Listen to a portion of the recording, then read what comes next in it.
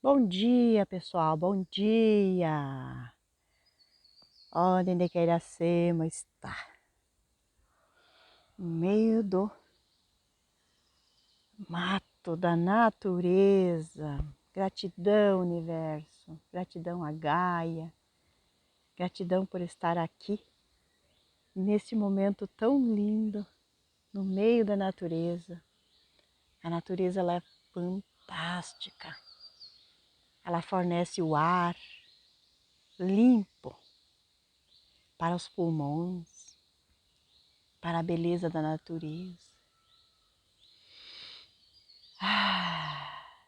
Todo mundo deveria fazer isso, se conectar com a natureza e fazer uma boa respiração, se conectar com as árvores, dar um abraço nas árvores. Aqui eu estou dando meu abraço.